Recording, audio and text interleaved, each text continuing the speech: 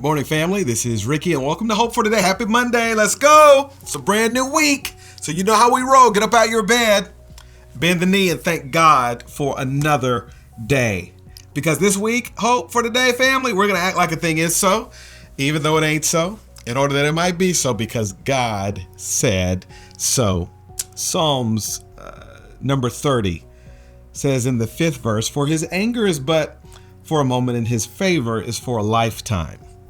Weeping may tarry for the night, but joy comes with the morning." What a beautiful, beautiful, beautiful psalm. This psalm was written by David when they were dedicating the eventual place of the temple. And David has just wrote this to kind of express God's goodness and God's love and God's kindness. And in one word, if you ask me, David captures all of what life tends to be. Life to me tends to be a series of moments that cause me to weep and a series of opportunities that bring me great joy. And in one fell swoop, David says, "Weeping may endure for a night, but joy comes in the morning." And I don't know where you are today. You may be in a weeping season, but you may be in a joy season. But this is one thing that we know we can be sure of. The sadness and the lament and the pain and the weeping, it doesn't last forever. Joy does come in the morning. Now, why does the psalmist have the audacity, if you will, to almost sound as if he's naming it and claiming it, blabbing it and grabbing it? Joy comes in the morning. Well, I would say to us that the morning doesn't mean tomorrow morning, but it means this future that all who have put their trust and faith in Jesus are headed towards. It's this idea that the morning for the believer is when we open our eyes in heaven and know that we get to rest and reign with Jesus forever and ever and ever. Amen. The idea is this: for the believer, death ain't the end. Our last breath ain't the end. This moment that we're in right now, it is not the end.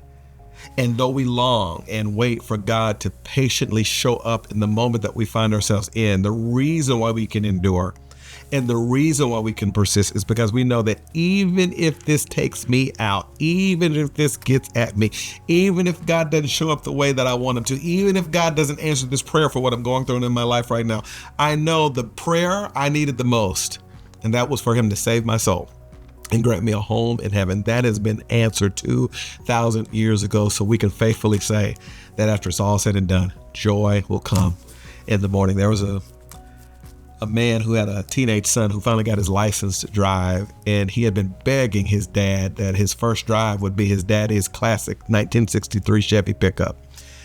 And hesitantly, the father gives the keys to the son. He says, "Son, just take care of the truck. Just be careful." And the son's just riding over dirt roads and country fields and just excited about this. But all of a sudden, a squirrel ran out and he tipped over a stone and actually rolled the truck over and over again. Miraculously, the son walked away unscathed, but he looks over this truck at what was formerly a truck is now this heap of junk. The bumpers have fallen off, the fenders have crashed, the windshields are splattered, and with bated breath, he walks into town and finds a nickel payphone booth and calls his dad to give him the news. His dad says, "Well, son, are you okay?" And he says, "Dad, I'm fine, but I'm so sorry. Your truck, oh my gosh, Dad, is just ruined." He says, "Son, don't worry about that truck. As long as you're okay, I'm okay." And then the father gives his son some very particular instructions. He says, "Son, take another nickel and call the tow truck guy and get the tow truck guy to come and pick the truck and take it to the shop. But make sure that you tell him when he gets there to call me." Tow truck guy comes up to pick up the truck and calls the dad, says, "Sir, I understand you wanted me to call you. I'm about to take the truck to the shop." He says, "Do you have some instructions for me?" To which the father replies, "Sir, I don't care what you do with the body, but just make sure you bring the motor home to me."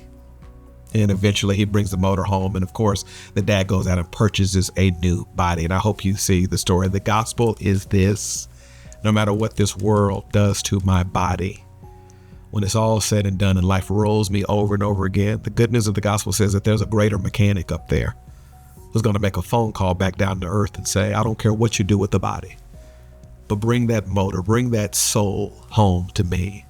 And there's a day coming for believers when the Lord will put this motor of our hearts into a brand new body that will last forever and ever and ever, always.